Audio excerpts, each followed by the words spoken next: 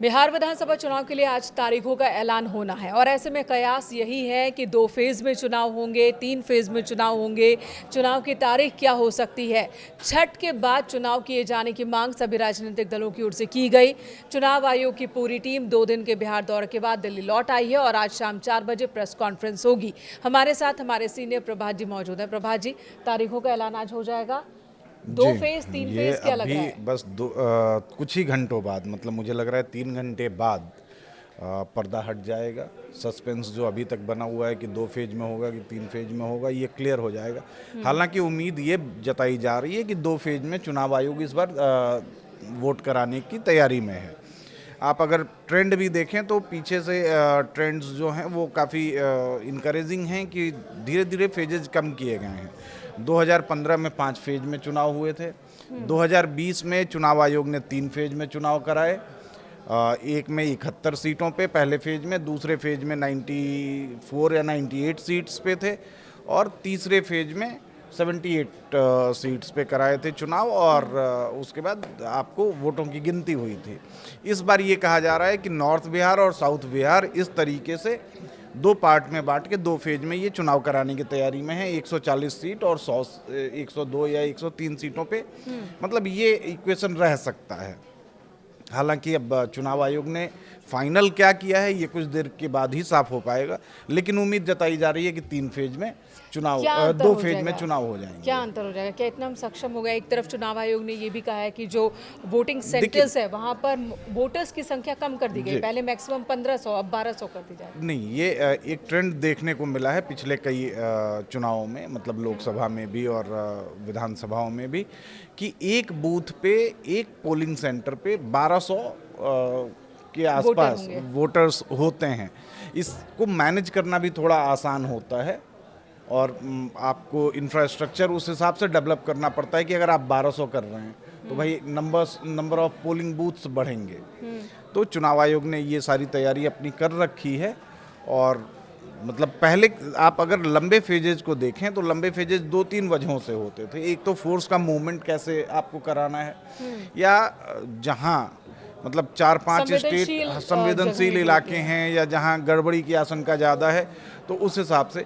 दूसरा कि हर बार आप अगर देखें जनरली 3-4 स्टेट्स के एक साथ इलेक्शंस होते हैं, लेकिन ये बिहार में अकेला, मतलब अभी जो चुनाव होने हैं अकेला इकलौता राज्य है, तो वो हो सकते हैं। बाकी बाईपोल हैं, 8 सीटों पे हैं, तो वो अलग चीज़ें हैं, उसमें कोई बहुत फर्क नहीं पड़ता है उससे।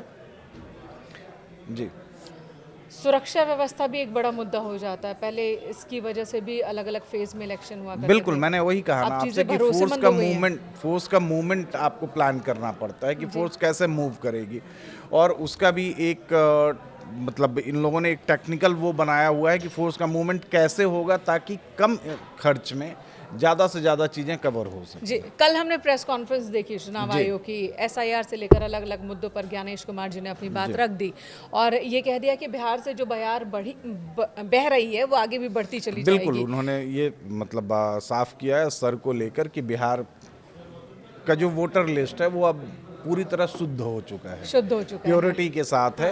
और अब बाकी देश, हाँ, अब बाकी पूरे देश में भी इस सर को इम्प्लीमेंट करके ये वोटर लिस्ट का शुद्धिकरण करना है। ठीक है, 24 कैरेट सोने की तरह शुद्ध हो चुका है बिहार का वोटर लिस्ट। अब आगे बात कर लेते हैं राजनीतिक दलों की। अब सीट शेयरिंग पर मेन का सीट शेयरिंग ऑलमोस्ट दोनों गठबंधन में फाइनल हो चुका है, अनाउंसमेंट बाकी है।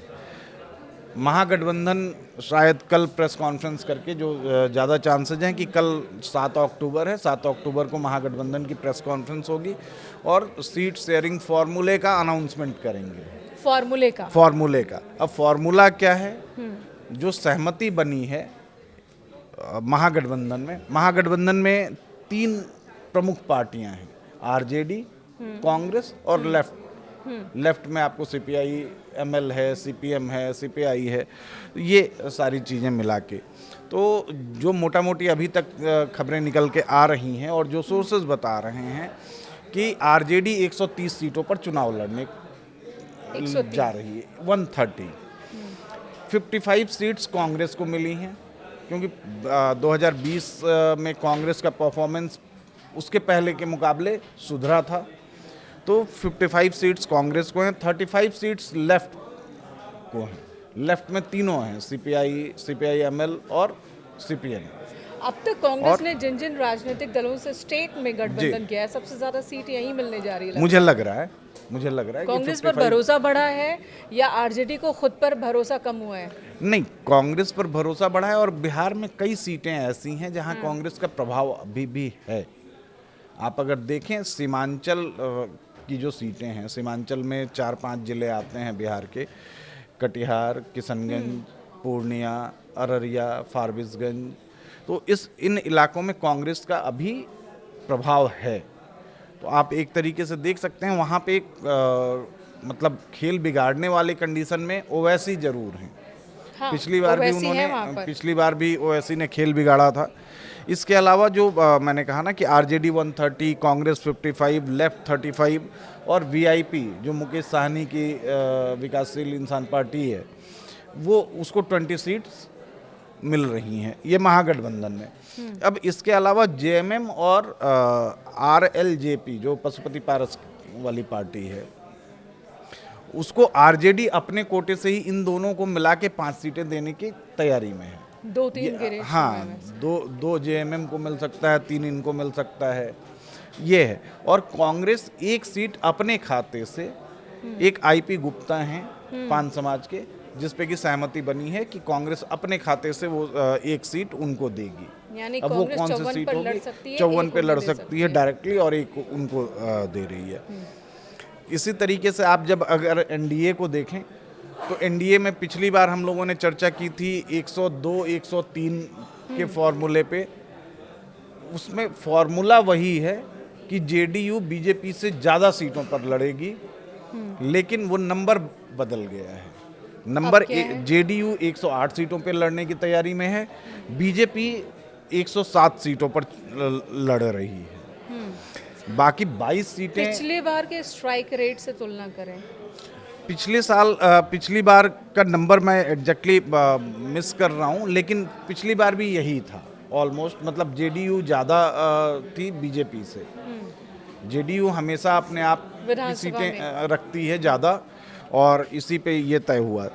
इसके अलावा जो आपको चिराग पासवान की पार्टी है एलजेपी रामविलास, उसको 22 सीट्स मतलब 22 सीटें उसको दी जा रही हैं। हिंदुस्तान आवाम मोर्चा जो जीतन राम मांझी की पार्टी है, उनको 3 सीटें मिल रही हैं और उपेंद्र कुशवाहा को 3 सीटें मिल रही हैं। ये एनडीए का है। ये फॉर्मूला है जो 1-2 दिनों में सामने आ जाएगा, लगभग ऐसा रहेगा, ये आपका अनुमान है। बिल्कुल। लेकिन प्रभात जी, जो बात है, जो चुनौती है इन दलों के सामने जी, ये फॉर्मूला तो एक बड़ी चुनौती है ही कि अपने सहयोगियों को कितनी सीट देनी है। उससे ज़्यादा बड़ी चुनौती दिख रही है आरजेडी में एक सीट पर कई दावेदार हैं। बिल्कुल। अब उसमें ये देखने को मिल रहा है कि सीटों टिकट बंटवारे का जो पूरा का पूरा फैसला है वो तेजस्वी ने अपने हाथ में ले रखा है। और अभी तक जो खबर और जो इक्वेशन दिख रहा है कि तेजस्वी खुद ही तय कर रहे हैं कि कहाँ कौन होगा। क्या इतने सक्षम हैं तेजस्वी? पिछले 10 सालों में तो हो गए हैं। मतलब 2015 के बाद से जब उनकी चुनावी राजनीति में उनकी एंट्री हुई है, और 2020 के बाद भी तेजस्वी की मैच्योरिटी एक अलग लेवल पे दिख रही है। कई सर्वे रिपोर्ट्स हमने देखी, उन रिपोर्ट्स में तेजस्वी को एक बहुत बड़ी संभावना के तौर पर तो देखा जा रहा है जी। जो युवा हैं बिहार के, वो तेजस्वी में संभावना तलाश रहे हैं, लेकिन भरोसा अब भी नहीं है उन पर। देखिए, भरोसे की बात लेगेसी है और आरजेडी का अपना इतिहास है वही। तो कहीं ना कहीं ये खामियाजा तो उनको भुगतना पड़ेगा। हालांकि एक सर्वे मैं देख रहा था, उस सर्वे में टोटल जो महागठबंधन की बात है, महागठबंधन को मैक्सिमम 70 से 75 सीटों पे सिमटता हुआ दिखाया जा रहा है। पूरा महागठबंधन। मतलब हम लोग यहाँ 243 की बात कर रहे हैं कि 130 पे तेजस्वी लड़ रहे हैं, मतलब आरजेडी लड़ रही है, 55 पे कांग्रेस लड़ने जा रही है। पिछली बार से भी कम। पिछली बार तो भाई 77 तो अकेले आरजेडी का है, लेकिन इस बार वो 72-75 पे। अभी अगर विधानसभा की स्ट्रेंथ की आप बात करें आज की तारीख में, तो महागठबंधन के पास 111 का आंकड़ा है। तो तो इससे और भी वो पीछे जाएंगे। उससे भी 50% कम हो जा रहा है। इसके पीछे ये की वजह क्या लग रही है? जो सर्वे रिपोर्ट्स हैं उसमें कुछ देखिए, वजह भी होगी। अब ये वोटिंग पैटर्न कैसा जाएगा और क्या चीज़ें होंगी, वोटर्स के मन में क्या चल रहा है, ये ग्राउंड रियलिटी है और ग्राउंड पे जाने पे ही समझ में आएगा। लेकिन जो इक्वेशन दिख रहे हैं और जो चीज़ें हम लोग पढ़ रहे हैं, रिपोर्ट्स जो हम देख रहे हैं, उसमें एनडीए कहीं आगे निकलता और हुआ एक दिख बात रहा है। उसकी तरफ मैं जिक्र करना चाहूँगी आपसे। जी। पिछले चुनाव को अगर हम देखें, पिछले विधानसभा चुनाव के दौरान तेजस्वी एक संभावना के तौर पर आए। बिल्कुल। उन्होंने बात की रोजगार की, उन्होंने बात की युवाओं की, उन्होंने बड़े बड़े वायदे भी किए कि अगर बिहार में आरजेडी की गवर्नमेंट बढ़ती है तो हम इतने 10 करोड़ रोजगार जी। दे देंगे। इस बार उस तरह के मुद्दे अभी तक वो उठाते नहीं दिख रहे हैं। इसकी असल में वजह इस क्या? बार वो नीतीश मुद्दा के स्वास्थ्य को उठा रहे हैं। वो मुद्दा मेन का इस बार प्रशांत किशोर ने हाईजैक कर लिया है। जिन मुद्दों पे 2020 में तेजस्वी ने बात की, 2025 में प्रशांत किशोर उन मुद्दों की बात कर तो रहे हैं। तेजस्वी भी अपने मुद्दों पर कायम रह सकते थे। रह वो सकते थे, सीएम नीतीश लेकिन कुमार के स्वास्थ्य को वो मुद्दा बना रहे हैं। नीतीश के स्वास्थ्य, नीतीश के लॉ एंड ऑर्डर और इन सारी चीज़ों पे बात कर रहे हैं। जबकि जो बेसिक मुद्दे हैं जो एक चुनाव में होने चाहिए, वो प्रशांत किशोर ने उसको, मतलब पिछले 2 साल से तो प्रशांत किशोर काफ़ी एक्टिव हैं बहुत एक्टिव है। और वही उठा रहे हैं। अब एक एनडीए की भी तो चुनौती होगी यहाँ कुछ। देखिए, एनडीए की भी चुनौती है और एनडीए में बीजेपी की चुनौती है। जो अभी मैं देख रहा था कि बीजेपी एंटी इनकम्बेंसी का जो, मतलब भाई 4 टर्म हो गया, 2005 से लाजमी लेकर भी है। 2020 तक का मामला, 25 तक का मामला है।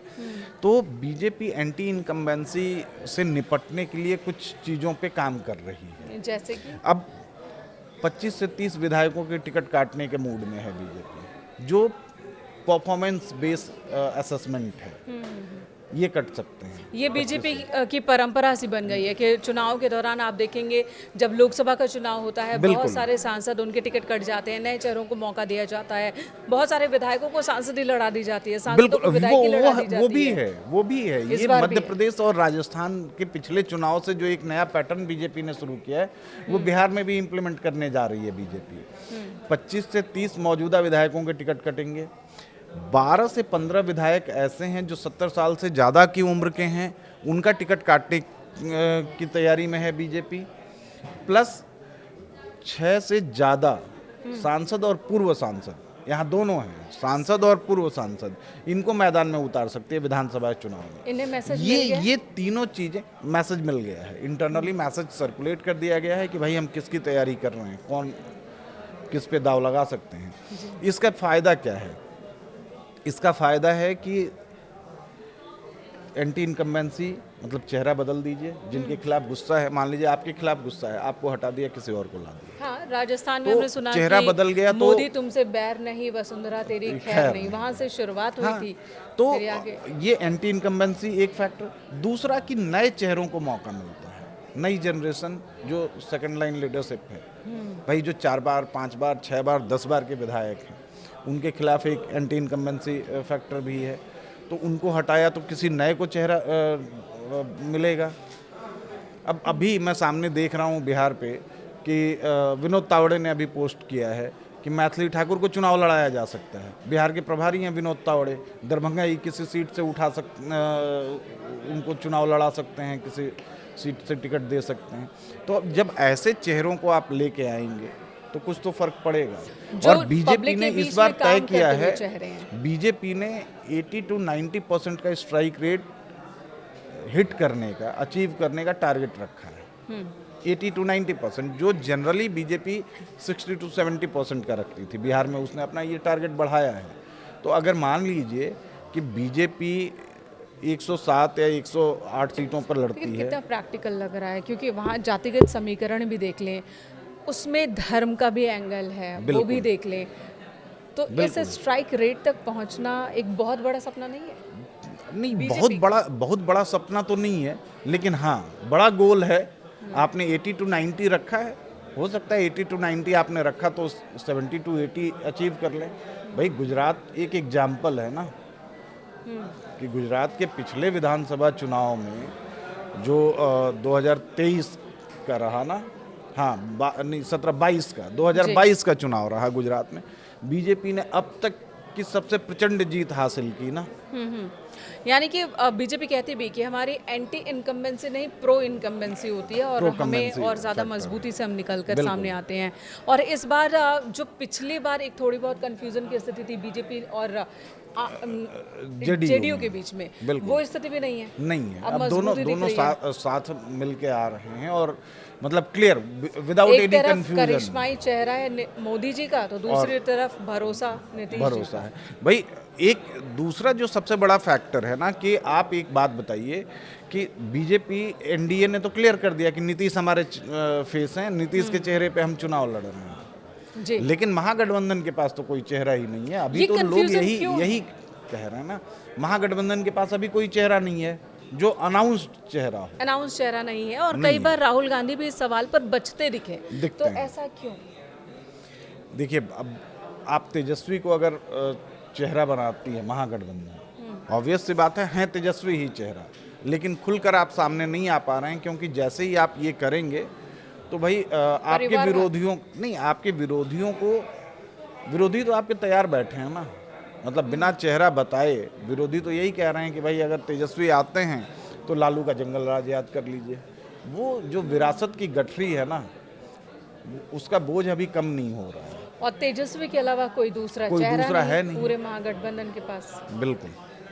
चलिए, आज चुनाव आयोग की प्रेस कॉन्फ्रेंस और उसके बाद जब तारीखों का ऐलान हो जाएगा, तारीखें सामने आ जाएगी और आने वाले दिन में त्योहारों का मौसम है ये पूरा जी। क्या बीजेपी आरजेडी मतलब जो गठबंधन है महागठबंधन और एनडीए गठबंधन, ये अपने फॉर्मूला पहले साफ कर देंगे या ये भी इंतजार करेंगे? नहीं नहीं, इनकी अब भाई फॉर्मूला अब बचा क्या है तैयारियों क्या के लिहाज से, सीट शेयरिंग फार्मूला जो ऑलमोस्ट क्लियर हो चुका है, अनाउंसमेंट बाकी है, और टिकट भी जो इंटरनल सर्वे है और बाकी जो प्रोसेस होते हैं टिकट के लिए वो तय हो चुके हैं, वो हो चुका है, अनाउंसमेंट बाकी है ताकि ये और नेता त्योहार तैयारी अब कर आने सकें। वाला है। तो अब ये देखना है कि दिवाली में किसकी दिवाली होती है और किसका दिवाला निकलता है। बिल्कुल, तो किसकी दिवाली होती है, किसका दिवाला निकलता है, बहुत जल्द अगले कुछ दिनों में सब कुछ साफ हो जाएगा। तो बिहार में राजनीतिक पारा एकदम हाई हो चुका है, तारीखों के इंतजार में सभी बैठे और हम भी बैठे हैं।